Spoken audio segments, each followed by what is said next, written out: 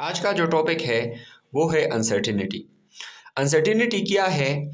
Uncertainty एक measurement में quantity of error को अनसर्टिनिटी कहते हैं। या अगर आपको कोई डाउट है मेजर्ड वैल्यू में कि वो एक्चुअल वैल्यू के करीब है या नहीं है, तो इसको हम कहते हैं अनसर्टिनिटी। यानी एक पर्सन अनसर्टन होता है, वो इसमें कुछ शक शोबा है कि हमारे पास ये जो मेजरमेंट इस एक्सपेरिमेंटर ने की है इसमें कुछ ना कुछ गलती है। अब गलती कितनी है इसको हम अनसर्टिनिटी बोलते हैं। ठीक है। So the quantity of error in a measurement, एक मेजरमेंट में क्वांटिटी ऑफ एरर को अनसर्टिनिटी कहा जाता है। या the doubt in the measured value to be actual value और नॉट, एक मेजर्ड वैल्यू में ये डाउट, ये शक शोबा कि वो एक्चुअल है या नहीं है, इसको हम अनसर्टिनिटी बोलते हैं। ठीक है।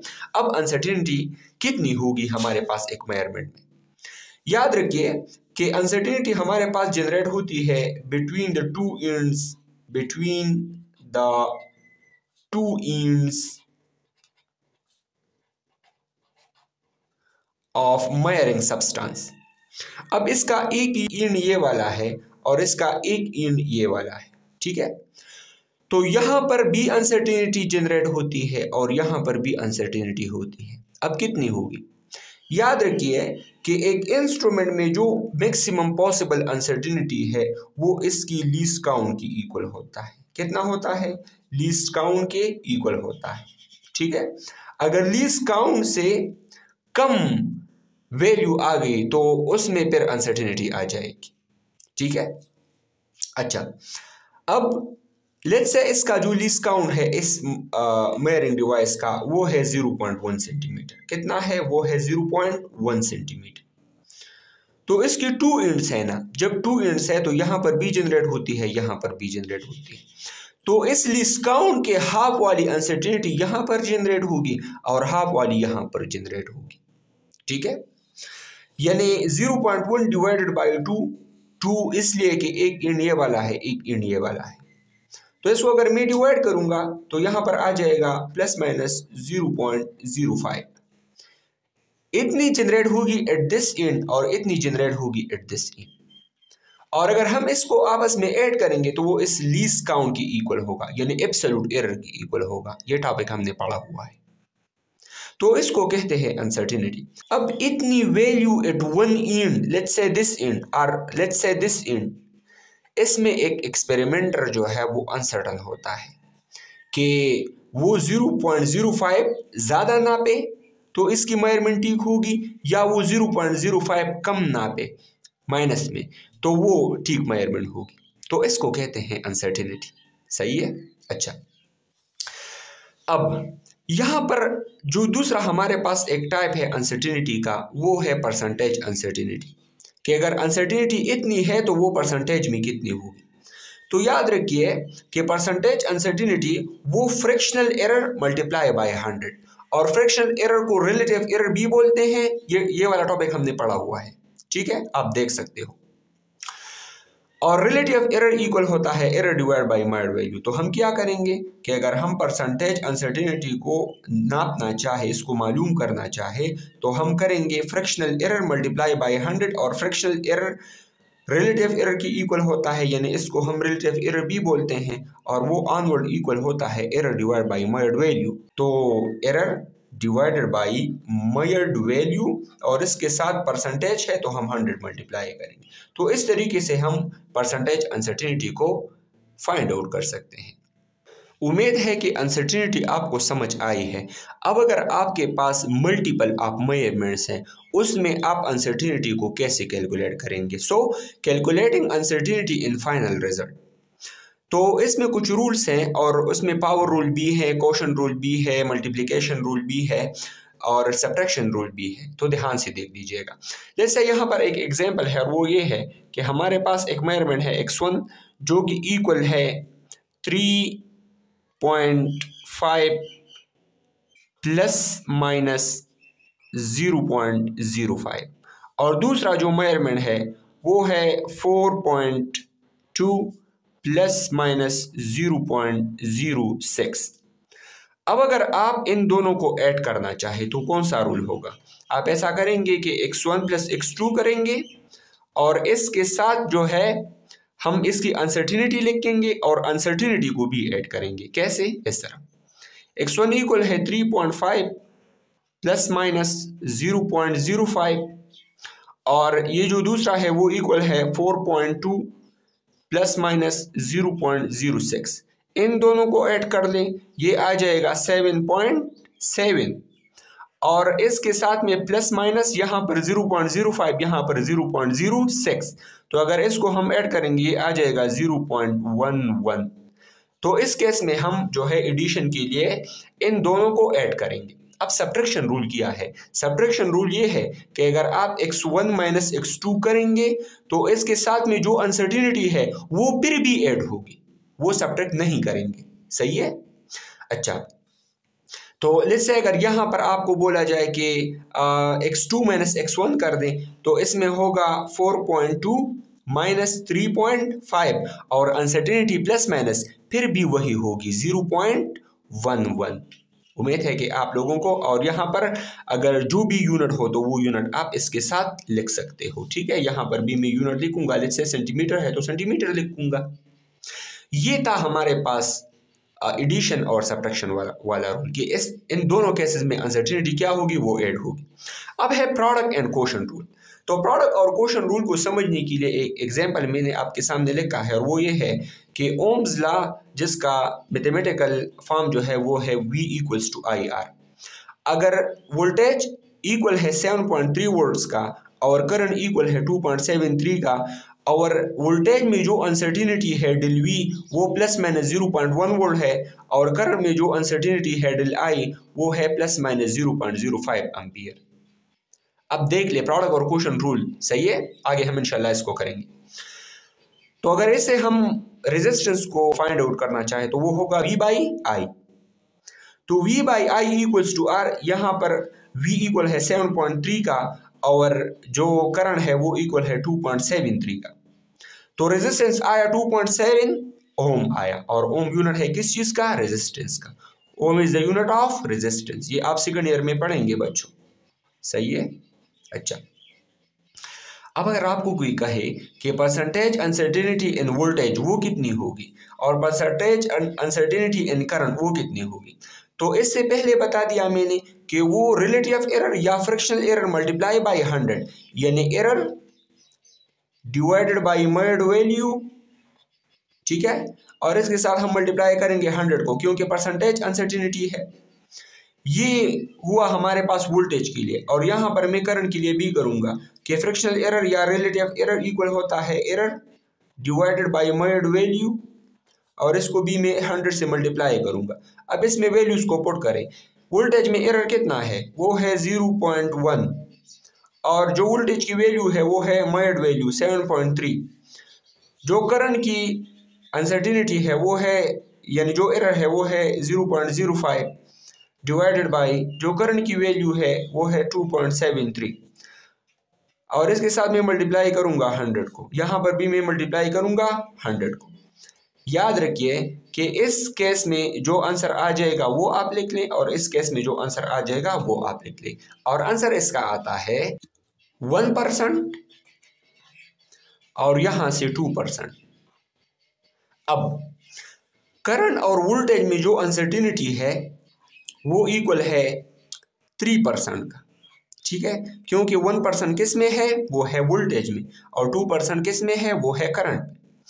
तो रेजिस्टेंस इक्वल होता है किस चीज़ का? वो इक्वल होता है V बाई I।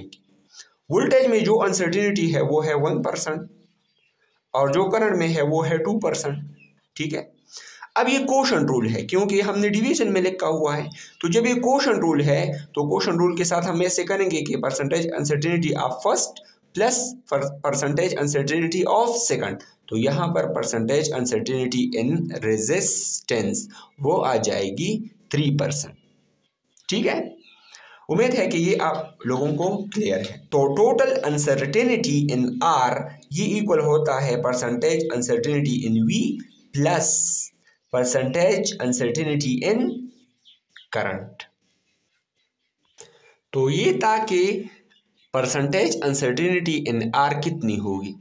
अब अगर आपको कोई कहे कि परसेंटेज वाला टर्म निकाल दो, अनसर्टिनिटी इन आर कितना है, अनसर्टिनिटी इन आर यहाँ पर तो परसेंटेज में आया ना, ठीक है, 3% परसेंटेज में आया। अनसर्टिनिटी इन रेजिस्टेंस कितनी होगी, तो मैंने बता दिया कि हमारे पास फ्रिक्शनल एरर इक्वल होता है error divided by measured value, और अगर ये हम परसेंटेज में करेंगे तो मल्टीप्लाई बाय 100 होगा, जो कि रेजिस्टेंस के लिए इक्वल था ±3% का। अब एरर को मालूम करना है ना, यानी क्वांटिटी ऑफ एरर जो कि अनसर्टिनिटी है, तो error divided by measured value कितना था 2.7 ओहम, जो कि मैंने आपको बता दिया था यहाँ पे, ठीक है। यहाँ पे 100 है तो मल्टीप्लाई बाय में 100 करूँगा और ये ±3। अब एरर को हम सेपरेट करेंगे तो error equals to 3 divided by 100 multiply by 2.7, तो एरर इक्वल हो जाएगा 3 × 7 21 2 3268, ये 8.1 डिवाइडेड बाय 100। तो अब हम क्या करेंगे कि इसको हम 81 डिवाइडेड बाय 1000 भी लिख सकते हैं,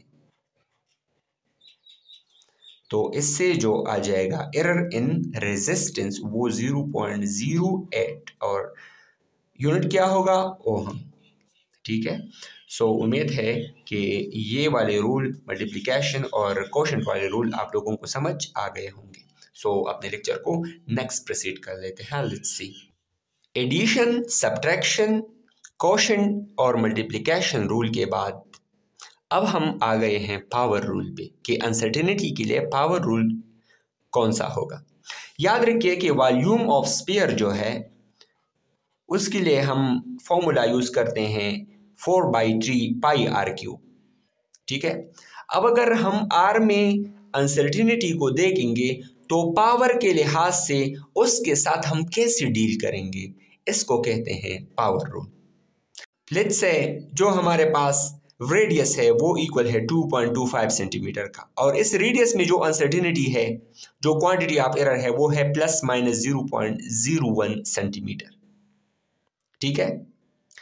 अच्छा, अब अगर अनसर्टेनिटी को हम फाइंड आउट करना चाहे, परसेंटेज अनसर्टेनिटी को, तो हम लिखेंगे डेल आर यानी error divided by measured value multiply by 100, तो इस एरर की जगह आ जाएगा 0.01 सेंटीमीटर और डिवाइड बाय 2.25 सेंटीमीटर, क्योंकि ये मर्ड वैल्यू है, मल्टीप्लाई बाय 100, इससे आ जाएगा 0.4%, यानी परसेंटेज अनसर्टेनिटी कितनी होगी वो 0.4% होगी। वो कितनी होगी, यानी परसेंटेज अनसर्टेनिटी कितनी होगी वो 0.4% होगी। अब इसके लिहाज से हम देखेंगे, सो इसका पावर क्या है वो है 3 और इसी की परसेंटेज अनसर्टेनिटी 0.4 है, तो हम इस 3 को मल्टीप्लाई करेंगे 0.4 के साथ, वो आ जाएगा 1.2% अनसर्टेनिटी। तो फाइनल रिजल्ट में जो अनसर्टेनिटी आ जाएगी वो ±1.2% आ जाएगी। अब यहाँ पे देखें, यहाँ पे है v इक्वल्स टू 4/3 पाई की वैल्यू है 3.14, ठीक है, और इसको जो मैं पावर के साथ पावर 3 के साथ इसको हम मल्टीप्लाई करेंगे, सो 3 और परसेंटेज अनसर्टेनिटी 1.2% होगी। इससे जो सारी वैल्यू आती है आई थिंक 47.7 ±1.2%, और ये 1.2 कहाँ से, यहाँ पर हमने पावर रूल अप्लाई किया अनसर्टेनिटी के लिए। उम्मीद है कि ये भी आपको समझ आ गया होगा। अब हम अनसर्टेनिटी को फाइंड आउट करेंगे एवरेज वैल्यूज में। एवरेज हम कहते हैं कि अगर 2 क्वांटिटीज है a + b, इसको हमने 2 से डिवाइड किया, ये इसका एवरेज आया। अगर 3 है a + b + c divided by 3, और याद रखिए कि क्वांटिटीज ये मेजरमेंट सेम यूनिट्स में होगी, ठीक है। अगर 1 सेंटीमीटर में है तो दूसरा भी सेंटीमीटर में, अगर 1 मीटर में है तो दूसरा भी मीटर में। अच्छा, इसके लिए हम 2 स्टेप्स को जो है फॉलो करेंगे, और ये एग्जाम पॉइंट ऑफ व्यू से MCQ पॉइंट ऑफ व्यू से बहुत ज़्यादा इंपॉर्टेंट है। एक मेजरमेंट है x1 जो कि 1.50 सेंटीमीटर का इक्वल है, दूसरा मेजरमेंट है जो कि इक्वल है 1.51 सेंटीमीटर का, तीसरा है 1.52 सेंटीमीटर का। सबसे पहले इसका एवरेज लेंगे। अनसर्टेनिटी इन एवरेज वैल्यूज में हम सबसे पहले इन मेजरमेंट्स का एवरेज लेंगे, ठीक है। तो एवरेज के लिए हम x बार यानी average of these values is equal to x1 plus x2 plus x3 divided by कितनी क्वांटिटीज है 1 2 3, इसको हम डिवाइड करेंगे 3 से। इससे जो x बार आ जाएगा वो 1.51 सेंटीमीटर आ जाएगा, ठीक है। अब दूसरे स्टेप में हम ये करेंगे कि हम इसकी डिविएशन को फाइंड आउट करेंगे। अब डिविएशन क्या है? डिविएशन ये है कि जो फाइनल रिजल्ट आया हुआ है 1.51, इससे हम माइनस करेंगे x1 को, जो फाइनल रिजल्ट आया हुआ है इसे हम माइनस करेंगे x2 को, जो फाइनल रिजल्ट आया हुआ है इसे हम माइनस करेंगे x3 को, ठीक है। तो यहाँ पर 1.51 है और ये x1 जो है 1.50 है। यहाँ पर 1.51 माइनस x2 जो है वो है 1.51 और यहाँ पर 1.51 माइनस x3 है 1.52। यहाँ से आया 0.01, यहाँ से आया 0 और यहाँ से आया कितना? यहाँ से आया 0.01। और आप कहेंगे कि ये तो छोटा है ये बड़ा है, यहाँ पर हम माइनस लिखेंगे, लेकिन माइनस नहीं लिखेंगे, सॉरी ये तो आप लोगों को नज़र ही नहीं आ रहा, ठीक है। तो यहाँ पर हम माइनस नहीं लिखेंगे क्योंकि लेंथ नेगेटिव में नहीं होता। लेंथ ऑफ पाथ जो है वो कभी नेगेटिव नहीं हो सकता, ठीक है। अगर ए और बी के दरमियान फासला है तो ए से बी तक पॉजिटिव, बी से ए तक नेगेटिव, ये गलत है। ये नेगेटिव हम डायरेक्शन के लिए यूज़ कर देते हैं, ठीक है। अच्छा, तो ये अब हम क्या करेंगे कि हम इन तीनों को जो है हम ऐड करेंगे। इसको ऐड करने की ज़रूरत नहीं है क्योंकि तो ज़ीरो है, 0.01 प्लस 0.01 और इसको जब प्लस 0 इसके साथ ऐड कर दें तो ये होगा 0.02। अब ये जो 0.02 आया ये कितने हैं? 1 2 3 वैल्यूज है ना, इसको हम दोबारा 3 से डिवाइड करेंगे। जब हमने डिवाइड किया दोबारा तो ये आ जाएगा 0.007, 0.007 और यूनिट क्या है? यूनिट है सेंटीमीटर की, तो यहाँ पे मैं सेंटीमीटर लिखूंगा। तो एवरेज वैल्यूज में हम 2 स्टेप्स, और पहले स्टेप में हम एवरेज को फाइंड आउट कर देते हैं, दूसरे स्टेप में हम डिविएशन को, और जो डिविएशन से वैल्यूज आ गई इनको हम आपस में ऐड करेंगे और जितनी वैल्यूज है उसी नंबर से हम इसको दोबारा डिवाइड करेंगे। तो वो है हमारे पास वो है हमारे पास uncertainty in average values. Lecture बहुत लंबा हो रहा है लेकिन प्लीज़ इसको देख लीजिएगा क्योंकि इस चैप्टर में तो 30-40 लेक्चर तो हम नहीं बना सकते, बस वैसे 17-16 लेक्चर्स हो गए तो वो काफ़ी है। अब जो लास्ट है वो है फाइंडिंग अनसर्टेनिटी इन timing experiments. Timing experiments means कि आपने पेंडुलम यूज़ किया हुआ है, आपने स्प्रिंग मास सिस्टम को यूज़ किया हुआ है, यानी यहाँ पर टाइम और वाइब्रेशंस की बातें हो रही है। तो ऐसे केस में आप जो है अनसर्टेनिटी को कैसे फाइंड आउट करेंगे? तो टाइम पीरियड का जो फॉर्मूला है वो है टोटल टाइम ऑफ वाइब्रेशंस, यानी वाइब्रेशन ने कितना टाइम लिया। इसके अलावा टोटल नंबर ऑफ वाइब्रेशन, कितने वाइब्रेशन जो है वो परफॉर्म हो गए। तो सपोज कि हमारे पास एक पेंडुलम है और उसने कंप्लीट किए 30 वाइब्रेशंस और टाइम लिया 54.6 सेकेंड्स। एब्सोल्यूट एरर जो है तो मैंने आपको टाइप्स ऑफ एरर में बता दिया था कि एब्सोल्यूट एरर जो कि लीस्ट काउंट के इक्वल होता है, तो यहाँ पर लीस्ट काउंट 1 के बाद 1 डिजिट है तो इसकी 0.1 सेकेंड हो गया, ठीक है। ये अगर आपको नहीं दिया हो तो आप अपनी तरफ से भी लिख सकते हैं, मेरा लेक्चर मौजूद है वो डिटेल में आप देख सकते हो। और फ्रैक्शनल एरर जो होता है वो हमारे पास error divided by measured value होता है, ठीक है। तो मेड वैल्यू कितना है? वो तो 30 है क्योंकि 30 वाइब्रेशन है और जो एरर है वो 0.1 है, तो इससे आ जाएगा 0.003, ठीक है। अब जब इससे 0.003 आ गया तो यहाँ पर हम क्या करेंगे कि हम टोटल टाइम ऑफ वाइब्रेशन जो कि 54.6 सेकेंड है और डिवाइड करेंगे, कितने वाइब्रेशन है? 30 है, प्लस माइनस इसके साथ हम लिखेंगे 0.003 और यूनिट क्या होगा? वो यूनिट होगा सेकेंड्स का, ठीक है। कि इसके टाइम में जो है कितने सेकंड की वो अनसर्टेनिटी आ गई? वो आ गई 0.003 सेकंड। उम्मीद है कि ये भी आप लोगों को समझ आ गया होगा। इसके बाद में लास्ट लेक्चर होगा और वो होगा डायमेंशंस का, इंशाल्लाह वो हम कल पढ़ेंगे। रखिए अपना बहुत सारा ख्याल, मुझे भी अपने दुआओं में याद रखिए। और BS इलेक्ट्रॉनिक चैनल को करिए सब्सक्राइब। इंशाल्लाह आपको फर्स्ट ईयर सेकंड ईयर की जितनी भी कोर्स है, ज़्यादा है कम है, MCQs, ईटा, ISSB सब कुछ इंशाल्लाह मेरे चैनल में समझाऊंगा। Thank you so much. अल्लाह हाफ़िज़।